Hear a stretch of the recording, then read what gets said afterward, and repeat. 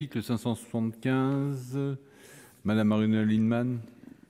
Oui, 90% des Français sont solidaires des mouvements sociaux qui ont lieu dans les hôpitaux, que ce soit le service des urgences ou d'une manière générale maintenant l'élargissement avec un très grand nombre d'autres services et même de chefs de service qui n'ont pas l'habitude de manifester.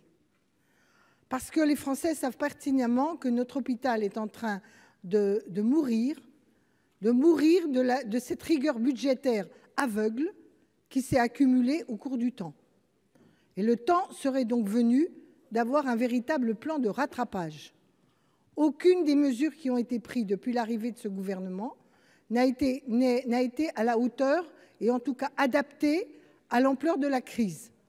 Et c'est en particulièrement vrai en 2019, où on nous a expliqué que l'Ondam était en train de remonter, sauf que quand on regarde l'évolution des dépenses naturelles de santé et quand on voit l'ampleur des besoins, ça n'a fait que creuser davantage les difficultés, puisqu'en réalité, ça a été une ponction budgétaire de 800 millions d'euros qui a été opérée en particulier dans le domaine des hôpitaux publics.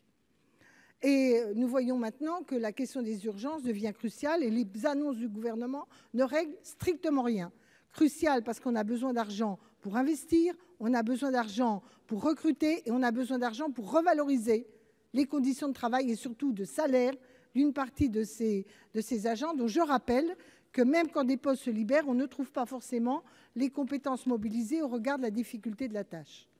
Mais je voudrais insister aussi sur le fait qu'on a vu quand même quelque chose d'inédit.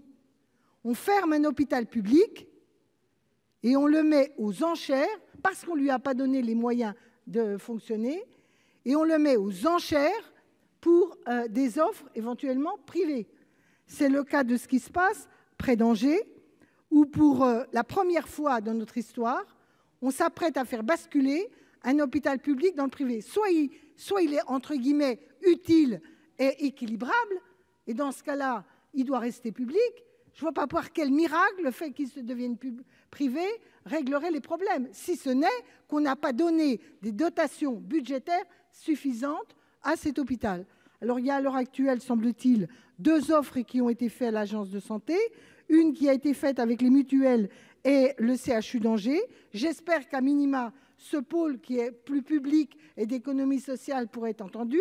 Et de l'autre côté, un groupe privé, le Noblage, belle formule, qui est une entreprise spécialisée dans la prise en compte des personnes qui sont Merci de frappées de conclure, handicap. chers collègues. Donc moi, j'insiste lourdement sur le fait que, chers collègues, vous ne pouvez pas cautionner cette stratégie d'Ondam qui continue la rigueur budgétaire et la pénurie de l'hôpital public.